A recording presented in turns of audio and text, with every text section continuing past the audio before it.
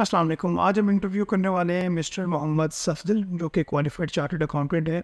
टेकेट्स का इनके पास एक्सपीरियंस है। दो फर्म्स में पार्टनर हैं, Tariq Abdul Gani and Malik Haroon and company में ये पार्टनर हैं। इसके अलावा टेक्नोलॉजी कंपनीज हैं, प्रिज्मेटिक्स, यहाँ पे ये को फाउंडर भी हैं। तो बड़ा डिटेल में हम ये सेशन करेंगे। स्पेशली हमारा एजेंडा ये होगा कि हम ये डिस्कस करें कि एक तो इनकी जर्नी किस तरह से रही, क्योंकि इनके पास काफ़ी वास्ट एक्सपीरियंस है, कैसे इनको हर्डल्स फेस करने को मिले, क्योंकि राइट आफ्टर आर्टिकल्स इन्होंने अपनी फर्म बना दी। उसके बाद हम ये डिस्कस कर रहे होंगे कि इंटरव्यूज़ की अगर हम बात करें, गैस के बाद जब आप जाते हैं इंटरव्यूज़ के लिए, तो वहाँ पे आपको किस तरह से प्रिपेयर करना चाहिए और किस तरह से पार्टनर्स आपने देख रहे होते हैं कि आपकी क्या बात है कि आपको हायर करें। और लास्ट में हम ये डिस्कस कर रहे होंगे कि अगर हम पाकिस्तान की जॉब मार्केट की बात करें तो वो किस तरह से है और आप इस मार्केट में किस तरह से एक्सेल कर सकते हैं, आपका क्या एटीट्यूड होना चाहिए। अस्सलाम वालेकुम sir, thank you so much for joining. वालेकुम अस्सलाम। बहुत शुक्रिया आपका, आपने आज हमें टाइम दिया। सर सबसे पहले तो मैं आपकी ब्रीफ सी जर्नी जानना चाहता हूँ कि आप इस लेवल तक पहुँचे हैं, क्या क्या हर्डल्स आपने फेस की, और जो यंग यूथ सुन रही है आपको, आप सक्सेस के टर्म्स में उनको क्या मैसेज देना चाहेंगे। जी बहुत शुक्रिया। जो आपने पूछा कि आपकी क्या जर्नी है, तो मैंने 99 में शुरू किया एज अ ट्रेनिंग स्टूडेंट्स। मैं उस स्कीम में था जहाँ ग्रेजुएट्स जो है वो आर्टिकल ज्वाइन कर लेते थे और ग्रेजुएट्स को एक साल एक्स्ट्रा काम करना पड़ता था इन ट्रेनिंग में। तो मैं उन चंद लोगों में से हूँ जिन्होंने को 5 साल का ट्रेनिंग पीरियड जो किया।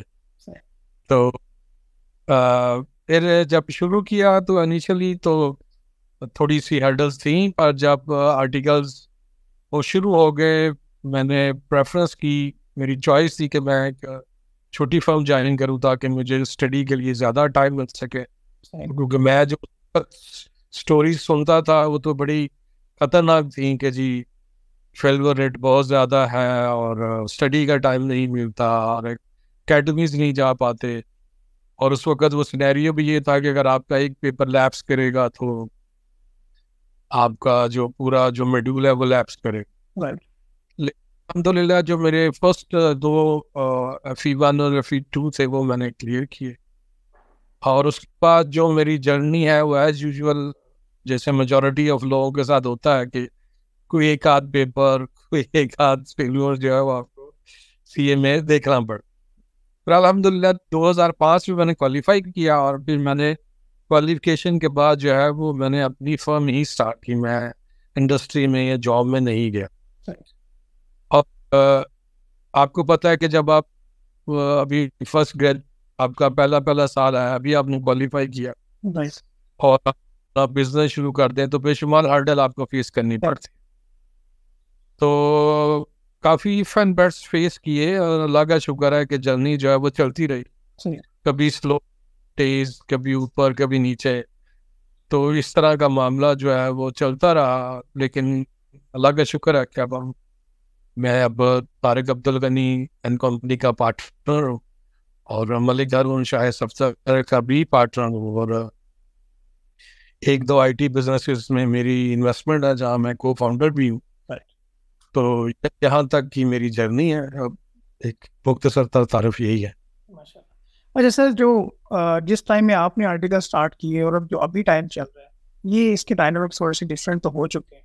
अभी आपको भी पता होगा कि 1800 के करीब एक फॉर्म में 1800-1700 के करीब कैश क्वालिफाइड स्टूडेंट्स कर रहे हैं। सर ये बताइएगा, आप इंटरव्यूज करते होंगे, स्टूडेंट आता है, वो HR के पास इंटरव्यू जाता है, फिर मैनेजर ने इंटरव्यू किया, वो आपके पास आ गया।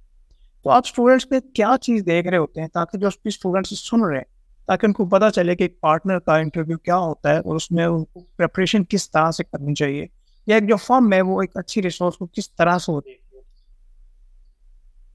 हमारा कोई इतना ऐसा रूल नहीं है कि जो पार्टनर का इंटरव्यू आएगा कोई बड़ा खतरनाक इंटरव्यू होगा। नॉर्मली जो हमारा बेसिक स्टैंडर्ड है कि हम ये देखते हैं कि आपकी जो मैट्रिक FS की जो रैंकिंग है वो क्या है, कितने मार्क्स थे, आपकी क्या डिवीज़न थी। फिर ये है कि हमारा जो इंटरनल टेस्ट और इंटरव्यू है उसमें आपके कितने मार्क्स आ। और फिर प्रेफरेंस ये भी होती है हमारी कि जो एग्ज़ाम में बेहतर परफॉर्म करके आए हैं CA के अंदर, उन लोगों को सिलेक्ट किया जाए। फिर हमारी सिलेक्शन होती है कि क्या जो इंटरव्यू में कितने आप इंटरेक्टिव थे, क्योंकि जो ओवरऑल हमारा इस एजुकेशन का या इस प्रोफेशन का सिनेरियो है, ये बहुत ज़्यादा पीपल ओरिएंटेड है कि आपको मैक्सिमम इंटरेक्शन करना पड़ता है। आप आगे जाके एफओ लगेंगे, कहीं टैक्स कंसल्टेंट, ऑडिटर बनेंगे या किसी और जॉब में जाएंगे, तो मैक्सिमम जो आपका इंटरेक्शन है वो लोगों के साथ है। तो कैसे आप कितने कॉन्फिडेंटली सामने बैठते हैं, कितने कॉन्फिडेंस के साथ बात करते हैं, ये सारी चीज़ें मैटर करती हैं। और यही चीज़ें हम सर आपने टेस्ट की यहाँ पे बात की, तो इस सिलसिले में मैं आपसे ये क्वेश्चन करना चाहूँगा कि एक स्टूडेंट जो कि जिसने कैफ के पेपर्स पास कर लिए, फिर अब जब कुछ फर्म्स में क्या होता है कि एप्टीट्यूड टेस्ट होता है, अभी बाज़ फर्म में ऐसे होता है कि वहाँ पे बाकायदा वो टेक्निकल क्वेश्चन भी पूछे जाते हैं ऑन आई कैफ के पास से। तो आप क्या समझते हैं कि ये जो टेक्निकल इस तरह का पार्ट का क्वेश्चन होना चाहिए, क्वेश्चन होने चाहिए टेस्ट में? नहीं, हम तो बाई चांस ऐसे हमारे तो ऐसे नहीं सिनेरियो जो कर रहे हैं उनके बारे में तो मैं कुछ नहीं कह सकता, वो बेहतर जानता है कि वो क्यों ऐसा रखना चाह रहे हैं। प्राइमरीली जो बच्चा सीए कैफ पास करके आया तो टेक्निकली तो वो असेस्ड है, हम तो सिर्फ उसका एप्टीट्यूड देख रहे होते हैं कि वो कितना वेल वर्स है। बाज़ औक़ात ये भी होता है कि लोग जब बस एग्ज़ाम पेपर क्लियर किए तो उसके बाद समझ देंगे बस अब जो है ना हमारा स्टडी के साथ किसी किस्म का कोई ताल्लुक नहीं है, तो हमने सिर्फ असेसमेंट करनी होती है। टेक्निकली तो मेरा ख्याल है जो बंदा कैफ से पास करके आया हुआ है उसका टेक्निकल इंटरव्यू दोबारा लेना या एग्ज़ाम के पेपर देना वो मेरा नहीं ख्याल कि कोई सूटेबल आइटम। तो सर जब भी इंडक्शंस ओपन होती हैं तो फर्म्स की टाइमिंग थोड़ी सी डिफरेंट होती है और काफ़ी स्टूडेंट्स अप्लाई करते हैं। लाइक आपने अगर 10 स्टूडेंट्स भी रखने होते हों तो मैं आई एम कॉन्फिडेंट कि आपके पास 200-300-400 से भी ज़्यादा सीवीज आ जाती होंगी। तो आपने जब बेस्ट रिसोर्सेज हायर करना होता है तो कैफ क्वालिफाई कर लिया, तो उसके जो बाद का पीरियड है एक्चुअली आप देखना चाहें कि हमें ये रिसोर्सेज चाहिए, तो उस टाइम पीरियड को किस तरह से यूटिलाइज करना चाहिए ताकि वो अपने ऊपर इस तरह का काम करे ताकि उनको ज़रा प्रेफरेंस मिले और बाकी लोगों से वो कंपटीशन में ज़्यादा बेहतर परफॉर्म कर सकें?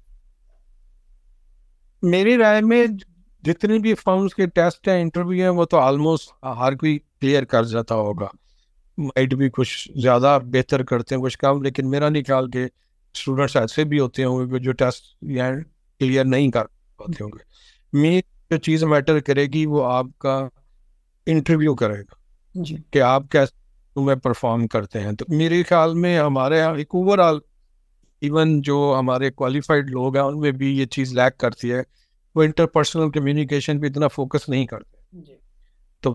तो उन्हें लिखवाने पे लगा दें तो हो सकता है 10 ऐसे आपको लिख के दे दें, लेकिन अगर आप उनसे करें, उन्हें कहीं प्रेजेंटेशन दें तो बहुत सारे मामला जो है वो प्रॉब्लम में चले जाते। इसलिए मेरे ख्याल में जहाँ आपको ये हमारा जो ओवरऑल प्रोफेशन है ये नॉलेज बेस्ड इंडस्ट्री है, तो आपको अपना ताल्लुक नॉलेज के साथ, बुक्स के साथ, स्टडीज के साथ ख़त्म नहीं करना चाहिए ड्यूरिंग एंड आफ्टर क्वालिफिकेशन। तो दूसरी बात यह है कि आप अपना जो इंटरपर्सनल कम्युनिकेशन है उस पर थोड़ा फोकस करें। सही।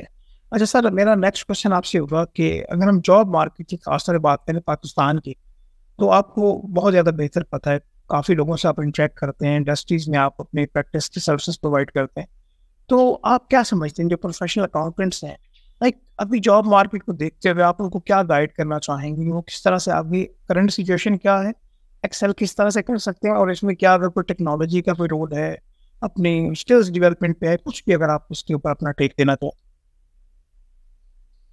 देखिए, पहली बात तो यह है कि हर वो स्टूडेंट, अगर हम यंग लोगों की बात करें जो किसी फी फर्म में है, तो उसको ये फोकस करना चाहिए कि मैं जिस डिपार्टमेंट में हूँ या जिस क्लाइंट में हूँ, ये मेरा क्लाइंट मेरा आखिरी क्लाइंट है, तो मैंने जिसमें लर्निंग करनी, मैंने यहाँ पे सिर्फ अपने जो फाइल है वो फिल नहीं करनी। तो जहाँ भी, क्योंकि हर क्लाइंट का सिनेरियो डिफरेंट है, हर की मैनेजमेंट डिफरेंट है, उसका मैनेजमेंट स्टाइल, उसकी बिजनेस का स्टाइल डिफरेंट है। तो बेसिकली ये जो आर्टिकल है ये एक बड़ा अच्छा टूल है कि आप लर्निंग कर सकें। और अगर लर्निंग नहीं करेंगे, रूटीन में रहेंगे या ओवर फोकस रहेंगे एजुकेशन की तरफ, तो जब आप क्वालिफाई करके या आर्टिकल कंप्लीट करके जाएंगे तो फिर आप ट्रेनिंग ही करेंगे। फिर आपको पड़ेगा कि मैं कैसे करूँ, ये करूँ, वो करूँ। तो अगर आप ये टाइम यूटिलाइज कर लें बड़ी अच्छी तरह से कि जहाँ जाए वो देखें कि जी वो एलसी कैसे ओपन कर रहे हैं, डॉक्यूमेंटेशन क्या है, फाइनेंसिंग जब ली है तो क्या डॉक्यूमेंटेशन की है, क्या कॉरेस्पॉन्डेंस हुई है, अगर कोई उनका टैक्स में या कॉर्पोरेट का कोई केस चला तो उसकी क्या अल्टीमेट इफेक्ट्स आए हैं, क्या प्रेजेंटेशन दी गई है। तो ना सिर्फ ये कि उनका नॉलेज बढ़ेगा बल्कि वो प्रैक्टिकल लाइफ के लिए भी दूसरों की निस्बत पहले तैयार हो जाए और जब वो मार्केट एक वैल्यूएबल एसेट हो। क्योंकि खाली अगर आप खुद को इसलिए प्रिपेयर कर रहे हैं कि जी मैं अकाउंट्स बना सकता हूँ, तो अकाउंट्स किसी भी बिजनेस का एक पार्ट है और अकाउंट्स के साथ बेशुमार चीज़ें लिंक है। कोई भी कंपनी चाहे वो ट्रेडिंग है या मैन्युफैक्चरिंग है, उसका उसके बिजनेस का हर रोल जो है वो अकाउंट्स के वर्क से गुजरता है। वालों को भी अकाउंट से इंटरेक्ट करना है, सेल्स वालों को भी करना है, मार्केटिंग वालों को भी करना है, सप्लाई चेन वालों को भी करना है, मैन्युफैक्चरिंग वाले को भी करना है। तो आपको इतना नॉलेज होना चाहिए कि आप उन लोगों के साथ इंटरेक्ट कर सकें, उनकी बात समझ सकें, उनके प्लस माइनस को गेज कर सकें। तो जब तक आप अकाउंटिंग के साथ साथ जो दूसरे रिलेटेड नॉलेज है उनको नहीं फोकस करेंगे, आप एक वैल्यूएबल एसेट नहीं बन सकेंगे। तो जहाँ तक जॉब मार्केटिंग की बात है, नो डाउट थोड़े से हालात टफ है, लेकिन ऐसा भी नहीं है कि जो है वो लोग जॉब ढूंढ रहे हैं उनको जॉब मिल ना रही है। हाँ, लेकिन जॉब पे बाज़ का ये मसला ज़रूर आता है कि जिस क्वालिटी का आपको रिसोर्स चाहिए बाज़ बात वो क्वालिटी रिसोर्स भी नहीं मिलता। तो ये सारे इश्यूज हैं। आप मेरा नहीं ख्याल क्योंकि मायूसी वाली बात है। बहुत सारे ये पाकिस्तान जो है वो 23 करोड़ की आबादी का मुल्क है, यहाँ बिजनेसेस को होना ही होना। और किसी भी बिजनेस को चलने के लिए एक अकाउंटेंट की, एक टैक्स एडवाइज़र की, एक फाइनेंशियल मैनेजर की, एक इन्वेस्टमेंट एडवाइज़र की, एक फाइनेंस एक्सपर्ट की ज़रूरत ही है। और ये जो सारे रूल हैं ये हमारे प्रोफेशन के लोग पूरी तरह फिल कर सकते हैं। आपको थोड़ी सी मेहनत दरकार है। आप वेट ना करें कि कोई आपसे पूछेगा तो आप सीखेंगे या करेंगे। कोशिश करेंगे जो फर्स्ट अपॉर्चुनिटी मिले उसको लास्ट अपॉर्चुनिटी समझते हुए उस सारे काम को सीखें। सही। चलिए sir, thank you so much कि आपने ज्वाइन किया और बहुत डिटेल में हमें गाइड किया। और मैं उम्मीद करता हूँ कि जो यूथ है जो इस फील्ड में आने वाली, इंशाल्लाह वो ये डिस्कशन आपके लिए उनके लिए फ्रूटफुल रही होगी। इंशाल्लाह फ्यूचर में भी हम आपसे बहुत शुक्रिया, मैं आपके टाइम का बहुत शुक्रगुजार।